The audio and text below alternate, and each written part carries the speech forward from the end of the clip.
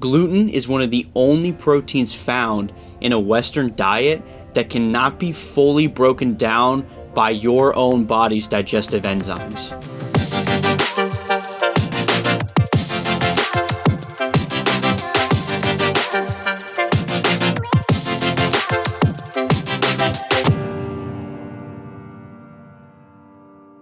What's up everyone, my name is Mitch. Thank you so much for checking out this video. So today we're going to be talking all about the science of a gluten-free diet. But before we begin, as always, there'll be timestamps at the bottom of the video, so feel free to jump around to whatever interests you the most. So today's video will be broken down into several parts. First, we'll talk about and cover what exactly is gluten. Second, we'll explain how gluten is removed from the body, because the process for gluten is unique compared to most other proteins found in food. Third, we'll be going over the difference between gluten sensitivity and celiac disease. Fourth, we'll talk about how being gluten-free can benefit your overall health. And then last, we'll talk about what foods gluten can be found in and 5 tips to help get you started on a gluten-free diet. So let's dive in. So what is gluten? Gluten is a protein found in different grains such as wheat, barley, rye, and oat. And the purpose of gluten is that it nourishes these grains during germination, i.e. it helps plants reproduce. Gluten is actually derived from the Latin word meaning to glue. Gluten has unique properties that give dough its elasticity, or that chewy feeling when you eat a piece of bread, or when you don't bite into bread because gluten is bad.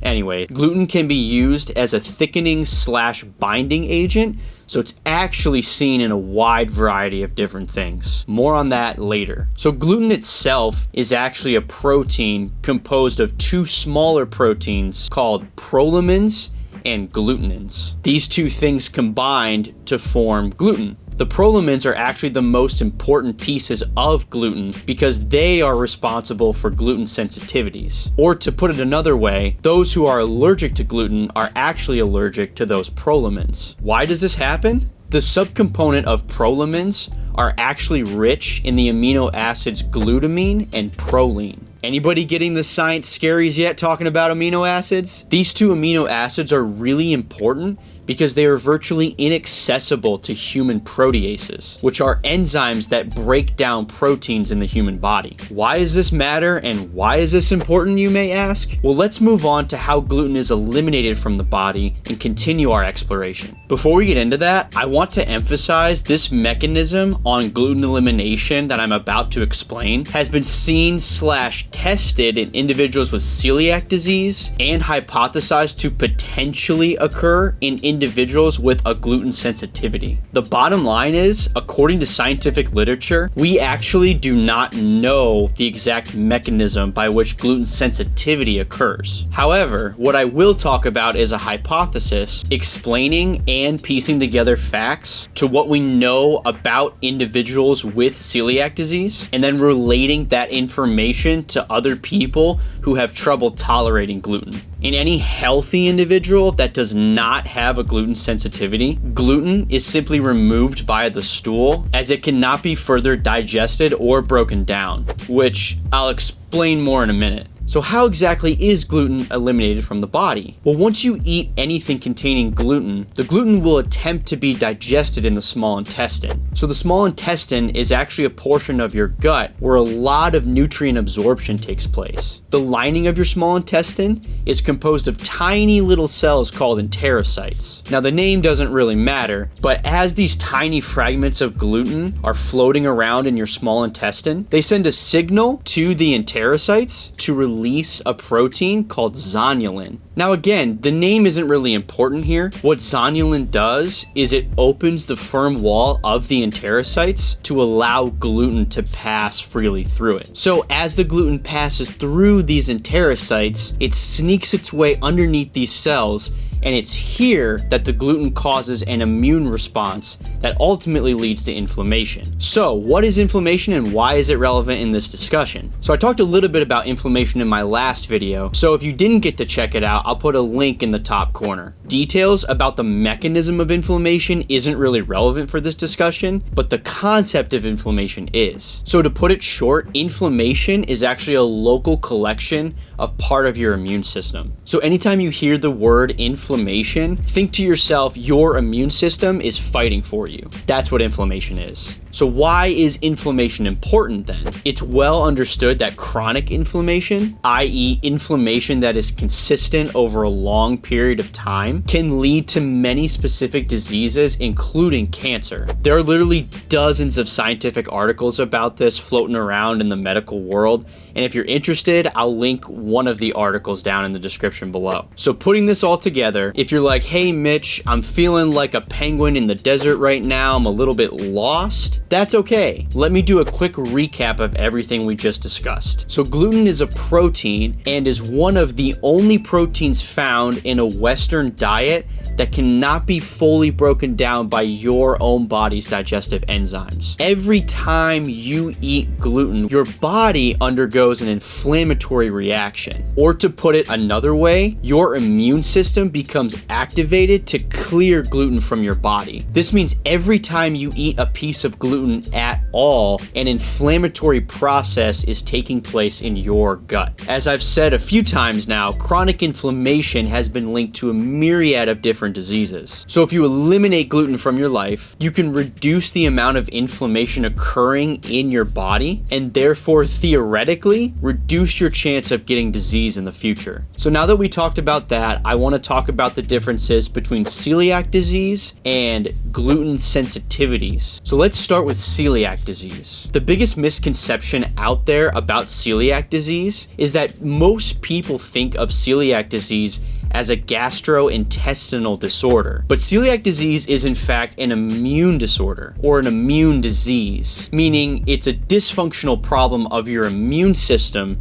not specifically your gastrointestinal tract. Although many of the symptoms from celiac disease manifest themselves within your gastrointestinal tract. So people with celiac disease have a genetic predisposition to those prolamins that we talked about earlier, in which when they ingest those prolamins, it triggers an enormous immune response. This immune response is much stronger than the pure inflammation that we talked about earlier, which can lead to some pretty substantial gastrointestinal symptoms, which we'll cover in a minute. So moving on to the much more common thing we see nowadays, gluten sensitivity. So the formal word for this gluten sensitivity is actually called non-celiac related gluten sensitivity. According to recent literature, this non-celiac related gluten sensitivity has been estimated to affect up to 6% of the total population in first world countries. However, many experts that are way smarter than I am in this field say they believe total estimations could be as high as 30 to 40%.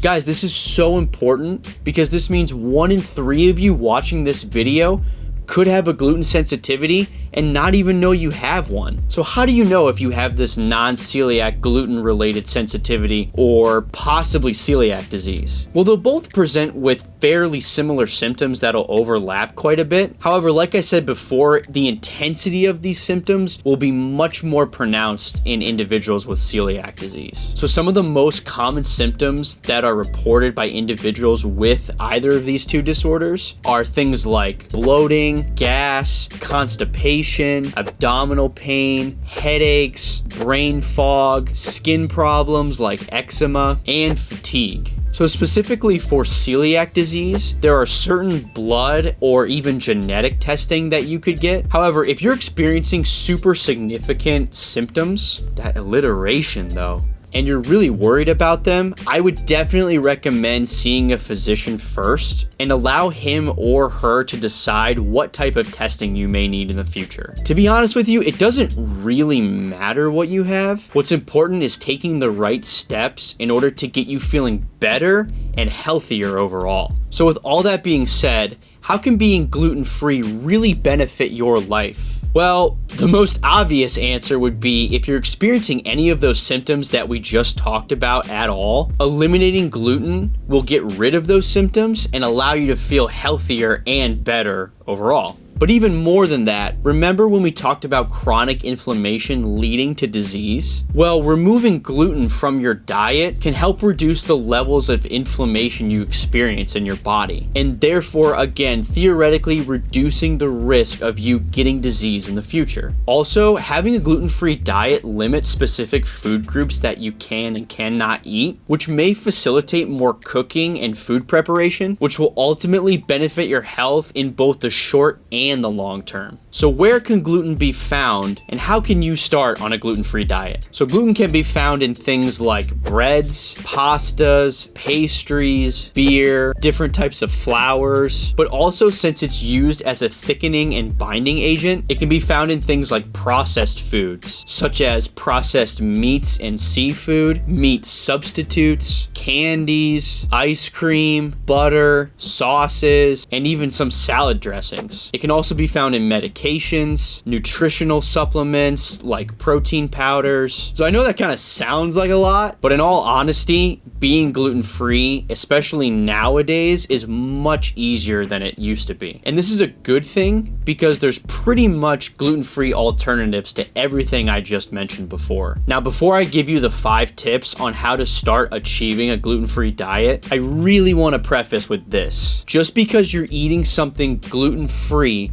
does not automatically make it healthier for you. Again, to reiterate, gluten-free does not equal healthy if those gluten-free foods are processed, high in sugar, or full of other garbage that's not good to put into your body. This is a really important point to remember and understand. So let's move on to the 5 tips. So number 1, and probably the most obvious thing, is to stop eating things that contain wheat, barley, or rye. Again, these are the major grains that contain gluten. So anything that has these in their products will also contain gluten. And I recommend you do this for at least a minimum of 3 weeks to really see the full benefits and effects of going gluten-free. Again, check all the ingredients on the back and see if they have anything listed with wheat, barley, or rye. And of course, if it says containing gluten, don't eat that either. Number 2, learn how to cook at home. I don't mean you have to turn into a professional chef, but what I mean by this is when you cook meals at home,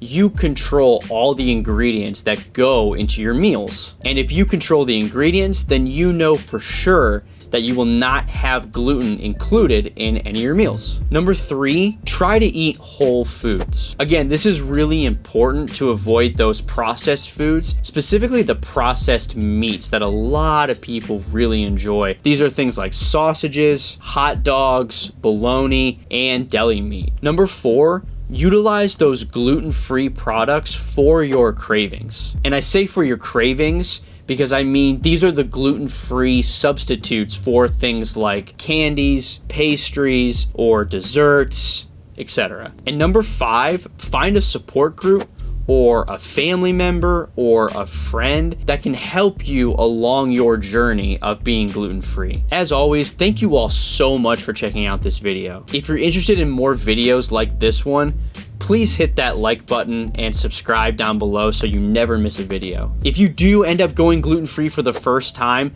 leave a comment down below and tell me how your gluten-free journey goes. And let me know the benefits that you feel after the end of the 3 weeks. And if you've been gluten-free for a long time, let me know why you decided to go gluten-free and how beneficial it's been in your life. Again, thank you so much for sticking with me to the end of this video, and I can't wait to see you all in the next one.